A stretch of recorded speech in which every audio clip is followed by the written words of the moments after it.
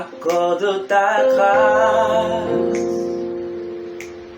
Accorde ta grâce à notre vie,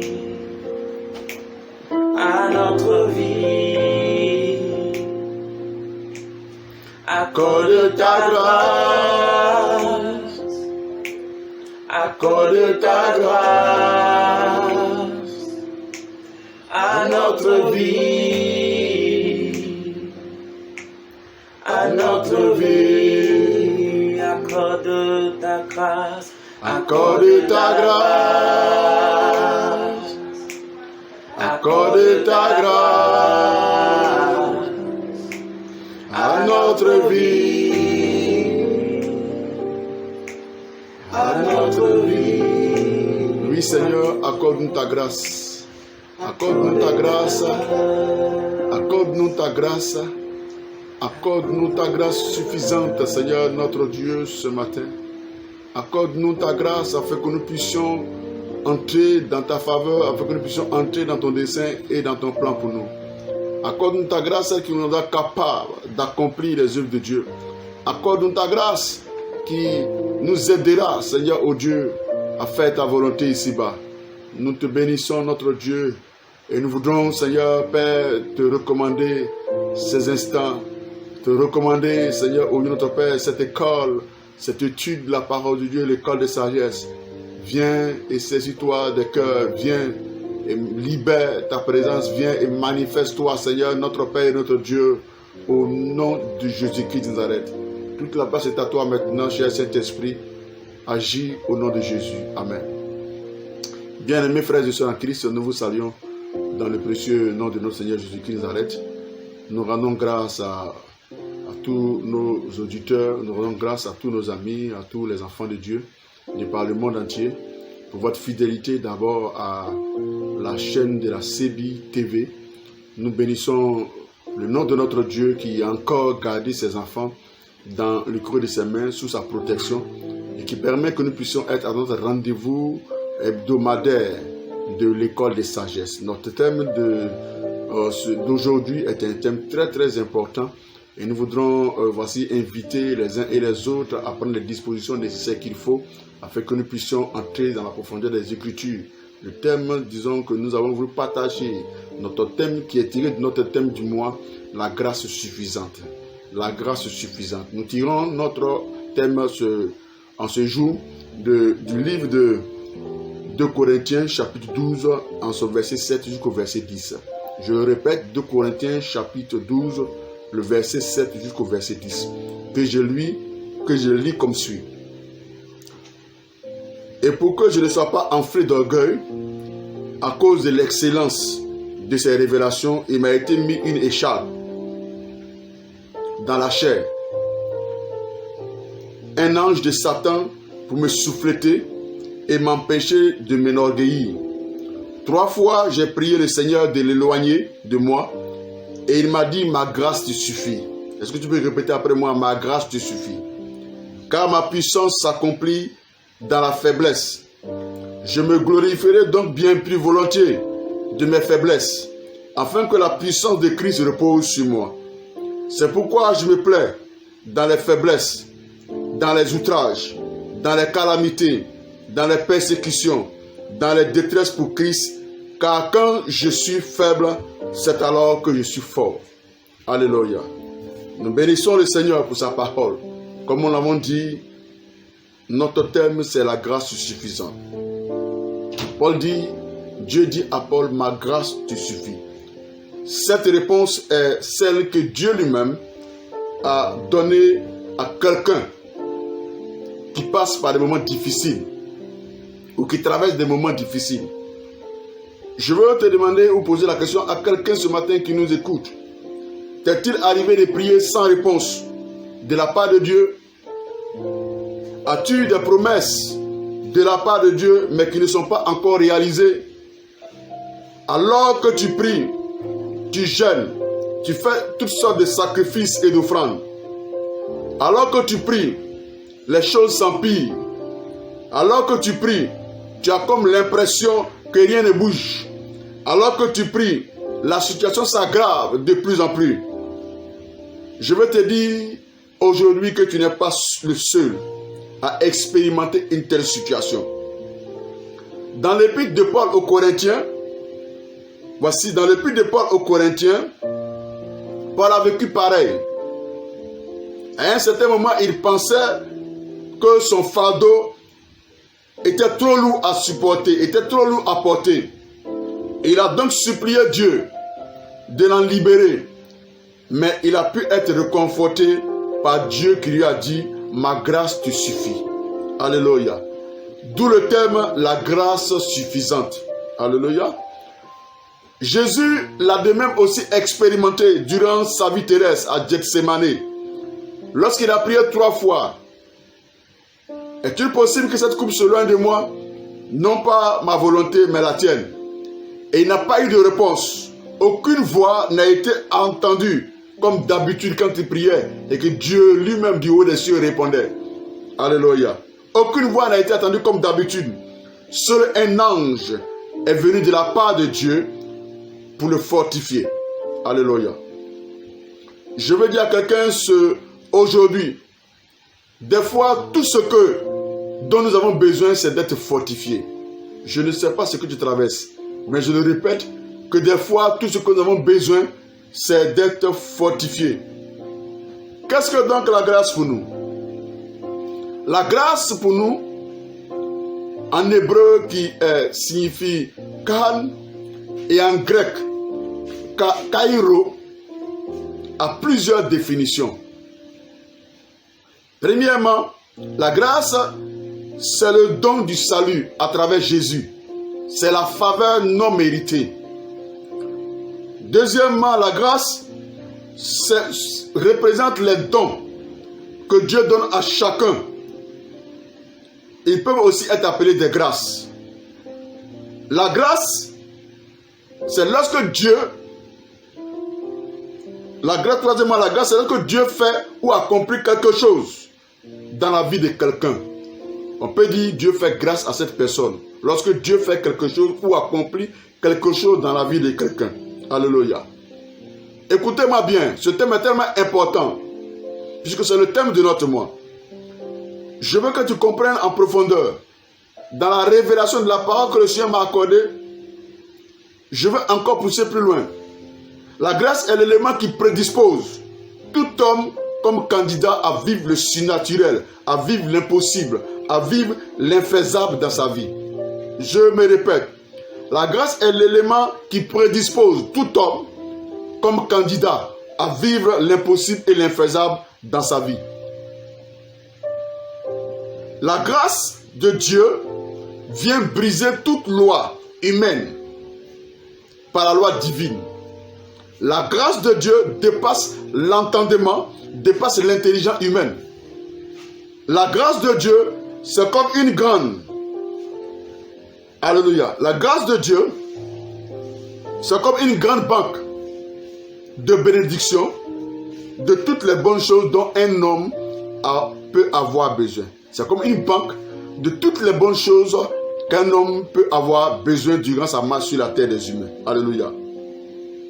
Donc nous disons que par la grâce suffisante, le Seigneur donne la grâce de passer au travers des épreuves, donne la grâce de passer au travers des malheurs, chaque jour à la fois. Alléluia. Par la grâce de Dieu, le Seigneur donne la grâce de passer au travers de toutes les épreuves et de tous les malheurs, chaque jour à la fois. Les inquiétudes bien qu'humaines peuvent être surmontées par la grâce suffisante et exposées à la gloire de Dieu. Donc c'est une puissance. C'est de la manière dont Dieu nous donne chaque jour de traverser les épreuves et les difficultés qui nous sont présentées. Alléluia. Elle va plus loin de la grâce ordinaire. On peut définir simplement la grâce comme si, on peut simplement définir la grâce suffisante comme la réponse à nos besoins actuels. Alléluia. Lorsque nous avons besoin, Dieu nous donne sa grâce pour satisfaire aux besoins dans lesquels nous sommes. Même s'il arrive que cela ne semble pas satisfaire nos propres besoins, Dieu lui règle les problèmes selon lui-même sa volonté et selon son dessein, non pas selon nos besoins. D'où nous voyons Paul prier 3 fois pour demander que le Seigneur le guérisse. Et le Seigneur lui répond, ma grâce te suffit. Donc nous disons que simplement la grâce suffisante, c'est la réponse à nos besoins actuels. Alléluia. Par Dieu lui-même. Alléluia. Sa puissance, qu'est-ce que la grâce produit dans notre vie? Alléluia. La grâce suffisante. La grâce suffisante, d'abord, elle est puissante et elle est puissante pour satisfaire. Elle est puissante et suffisante pour nous sauver de nous-mêmes, pour nous sauver de nos propres efforts. Parce que nos propres efforts ne peuvent pas nous sauver. Donc elle est suffisante quand nous sommes dans une situation délicate pour nous sauver. Alors que nos propres efforts ne peuvent rien faire. Parce que Jésus est mort sur la croix et il a payé la dette pour nos péchés. Matthieu 20, le verset 28. La grâce suffisante est puissante et elle est suffisante pour nous sanctifier. Elle est puissante pour nous sanctifier. Pour nous accorder ce que nos efforts ne peuvent pas nous accorder. Partout où nous ne pourrons jamais arriver. Nos efforts dépendent de la sanctification. Mais la grâce, elle est suffisante pour le faire. Et elle est pleinement suffisante pour nous accorder cette grâce nécessaire. Alléluia. Notre deuxième point ce soir, ce sont les exemples bibliques de la grâce suffisante. Les exemples bibliques de la grâce suffisante. Notre premier exemple biblique de la grâce suffisante va nous amener à explorer la vie d'Abraham. Abraham était âgé de 75 ans lorsque Dieu lui fit la promesse de le bénir et de faire de lui le père d'une multitude. Mais c'est seulement à 100 ans qu'il vit la promesse de Dieu se réaliser. Entre le temps que Dieu l'a appelé et le temps où la promesse de Dieu s'est accomplie, cette période est liée à la grâce suffisante. Entre le temps où Dieu l'a appelé et le temps où cette promesse s'est accomplie, cette période-là est liée à la grâce suffisante. C'est-à-dire qu'il a fallu attendre, il a fallu prier.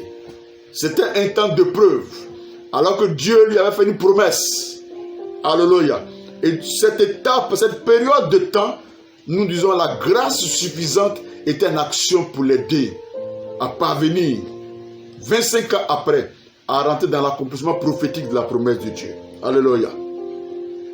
Le deuxième exemple biblique que nous avons ce soir pour mieux expliquer la grâce suffisante nous est tiré du personnage de Joseph. Joseph a vécu l'expérience de la grâce suffisante durant la période de sa vie passée en prison. Lui aussi avait fait un rêve. Lui aussi avait reçu une promesse de la part de Dieu. Lui aussi s'attendait à recevoir quelque chose de la part du Seigneur. Mais Joseph est resté plus de 2 ans en prison. L'on pourrait dire, mais Dieu est-il menteur? Alléluia. L'on pourrait dire, comme on le dit chez nous, à quand ma victoire? Mais je vais dire à quelqu'un ce soir, sache que pendant la période liée à la grâce suffisante, tu as oublié. Pendant la période liée à la grâce suffisante, c'est comme si tout le monde te rejette. Pendant la période liée à la grâce suffisante, alléluia, tu ne peux recevoir de secours de personne. Si ce n'est ta foi qui t'engage à t'attendre à Dieu. Mais cependant, pendant cette période liée à la grâce suffisante, Dieu est toujours à l'œuvre. Dieu est toujours à l'œuvre. C'est lui le maître des temps et le maître des circonstances. Alléluia. Je bénis Dieu pour cet enseignement qui vient à propos. Parce que présentement, plusieurs pourraient se poser la question. Où est Dieu? Quand est-ce que le Seigneur nous sortira de cette situation? Les employés qui ont perdu le travail, les entreprises qui sont fermées, la vie qui devient de plus en plus chère, les difficultés que nous traversons. Mais si nous sommes encore en vie, nous pouvons dire que ce n'est pas la grâce. La grâce suffisante se manifeste quand nos capacités sont limitées, quand nous n'avons plus de réponse de la part de Dieu, quand nous sommes nous-mêmes confrontés à la réalité du quotidien. Mais Dieu, chaque jour, nous donne la grâce qui suffit, comme le pain qui suffit, comme la nourriture qui suffit pour pouvoir tenir et pouvoir subsister devant le peuple. Alléluia. Nous allons donc ainsi aborder notre troisième chapitre de ce thème, la grâce suffisante. Il est intitulé ici, quelle attitude avoir pendant la période des épreuves, pendant cette période où la grâce suffisante se manifeste. Quelle attitude adopter? Quelle attitude avoir? Comment se tenir? Quelle réaction avoir? Que faire? Que dire? Alléluia. On va énumérer certains points que nous allons ensemble voir avec vous. La première chose qui m'est montée à l'esprit, alléluia, pendant cette période de silence, pendant cette période d'épreuve, pendant cette période de difficulté, de calamité, alléluia, la première chose à faire, c'est de se détourner de ses faiblesses, de se détourner de ses angoisses, de se détourner de ses persécutions et se focaliser sur la force toute puissance et la fidélité de notre Dieu. Alléluia. Est-ce que je parle à quelqu'un ce matin? Pendant cette période de silence de Dieu, pendant cette période d'épreuve, je le répète, se détourner de ses faiblesses, parce que l'homme est limité, parce que nos dons, nos capacités, notre intelligence a des limites devant certaines situations. Quand nous voyons des milliers de personnes mourir par jour dans ces pays dits développés, que pouvons-nous faire si ce n'est avoir recours à notre Dieu, se focaliser, oublier ses faiblesses, oublier ses limites, se focaliser sur la toute-puissance de Dieu et la fidélité de notre Dieu. Alléluia. Que faire? Quelle attitude adopter pendant la période des épreuves? La deuxième des choses à faire, c'est de se soumettre. C'est de se soumettre. Parce que quel que soit ce que nous pouvons faire, rien ne peut changer. Paul a prié 3 fois. Et le Seigneur lui a dit, en fin de compte, ma grâce te suffit. Jésus a prié.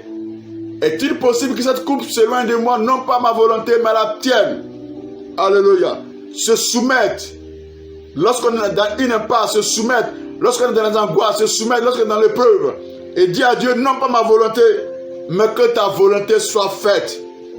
A dit Jésus. Cela doit être aussi pour nous un exemple à adopter. La troisième des choses à faire, alléluia, et la dernière, pour aujourd'hui, face à ce thème de la grâce suffisante, c'est d'attendre, alléluia, d'attendre, être patient dans la présence du Seigneur. Abraham a attendu 25 ans pour voir l'exaucement de la promesse d'Isaac. Ce n'était pas facile. Et je n'aimerais pas être à sa place. Alléluia. Joseph a attendu 2 ans en prison. Alléluia. Ce sont des réalités que nous passons en tant que chrétiens. Aujourd'hui, c'est des messages qui se font rares. Parce qu'on est habitué au va-vite. On est habitué à presser Dieu. On est habitué à recevoir les choses aussi rapidement que possible. David, alors qu'il était oint comme roi, alors qu'il était encore très jeune, il a dû attendre que le roi Saül meure avant qu'il ne puisse prendre position, malgré même qu'il avait vaincu Goliath, qui persécutait, qui troublait toute l'armée d'Israël. Alléluia. Mais la grâce suffisante l'a empêché de dévier du plan et du dessein du Seigneur. J'aimerais dire à quelqu'un, c'est vrai que tu souffres. C'est vrai que tu traverses des difficultés. C'est vrai que tu ne vois pas le bout du tunnel. C'est vrai que c'est dur. C'est vrai que le mal devient pire. C'est vrai que Dieu souvent ne répond pas à nos prières. Imagine-toi le Fils de Dieu à la croix. Et pour la première fois, il demande à Dieu, Seigneur, est-il possible que cette couche soit de moi? Dieu n'a pas répondu. Dieu est resté dans le silence. Mais la grâce suffisante de Dieu a amené un ange pour le fortifier. Je veux prier ce matin pour quelqu'un qui m'écoute, pour quelqu'un qui m'entend. Sache que la grâce suffisante est disponible. Elle est encore disponible pour quiconque met sa foi, pour quiconque met son espérance dans le Seigneur. Dieu est capable aujourd'hui, lui qui en effet a accordé cette grâce à Paul alors qu'il souffrait, il était malade. Je veux le dire pour tous ceux qui sont malades, ça fait des années. Tous ceux qui souffrent de maladies cycliques, tout ce qui est mal, malgré la prière des hommes de Dieu, malgré ton cri, malgré, Seigneur, notre bien, tes supplications, mais la situation ne change pas. Tu n'es pas le seul qui a expérimenté ça. Plusieurs. Je prie et je déclare, Seigneur, aujourd'hui, que la grâce suffisante soit ton partage. Que la grâce suffisante vienne jusqu'à toi. Qu'elle t'aide, qu'elle te fortifie, qu'elle te soutienne. Afin que tu puisses demeurer, afin que tu puisses persévérer. J'aimerais encore exhorter quelqu'un au travers des épreuves, des angoisses, des douleurs, des calamités, quel que soit ce que tu traverses. Alléluia. À se détourner de ses faiblesses. Parce que nous sommes tous faibles. Et souvent, nos faiblesses se révèlent, notre incapacité se révèle. Mais elle est le regard fixé sur Jésus, le chef et le consommateur de la foi. Lui qui a la capacité de donner le pouvoir de résister face à tes épreuves. Je veux t'encourager encore à te dire que très bientôt, cette situation passera. Aie bon courage. Très bientôt, cette situation passera. Que Dieu te bénisse. Que Dieu te fortifie. Sois simplement renouvelé dans ton esprit. De croire que quand la situation devient de plus en plus pire, quand elle devient de plus en plus difficile, c'est alors que pendant cette période, la grâce de Dieu vient compléter, vient agir, vient donner la force, alléluia, à nos capacités pour nous aider à tenir. Tu n'es pas seul. Dieu est avec toi. Tu n'es pas seul. L'Emmanuel est venu sur la terre des humains, partager notre humanité.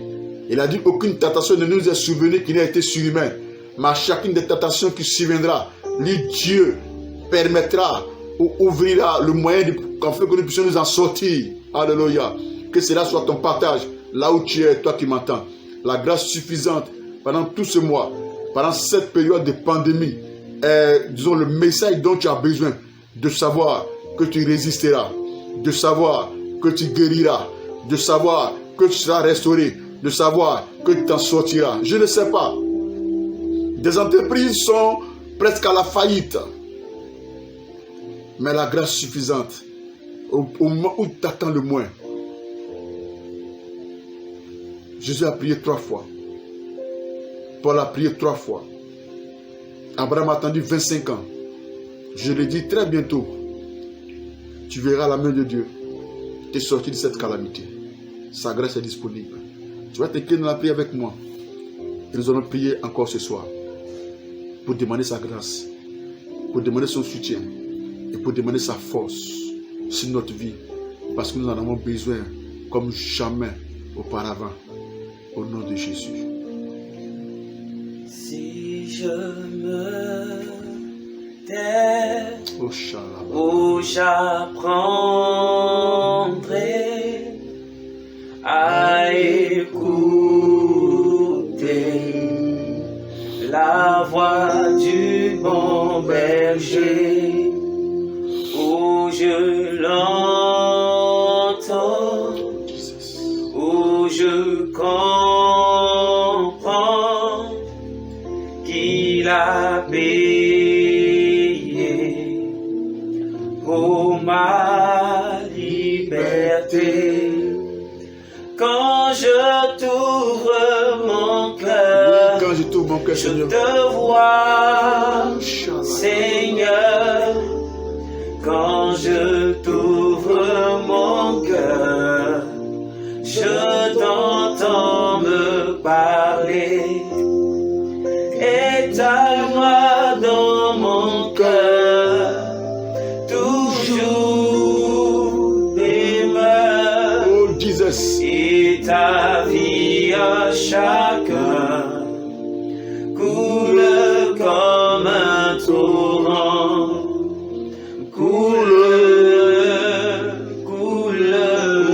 coule Saint-Esprit. Coule comme un torrent. Oui, coule Saint-Esprit maintenant. Coule. Remplis une vie quelque part là-bas. Coule comme un torrent. Viens fortifier quelqu'un ce soir. Coule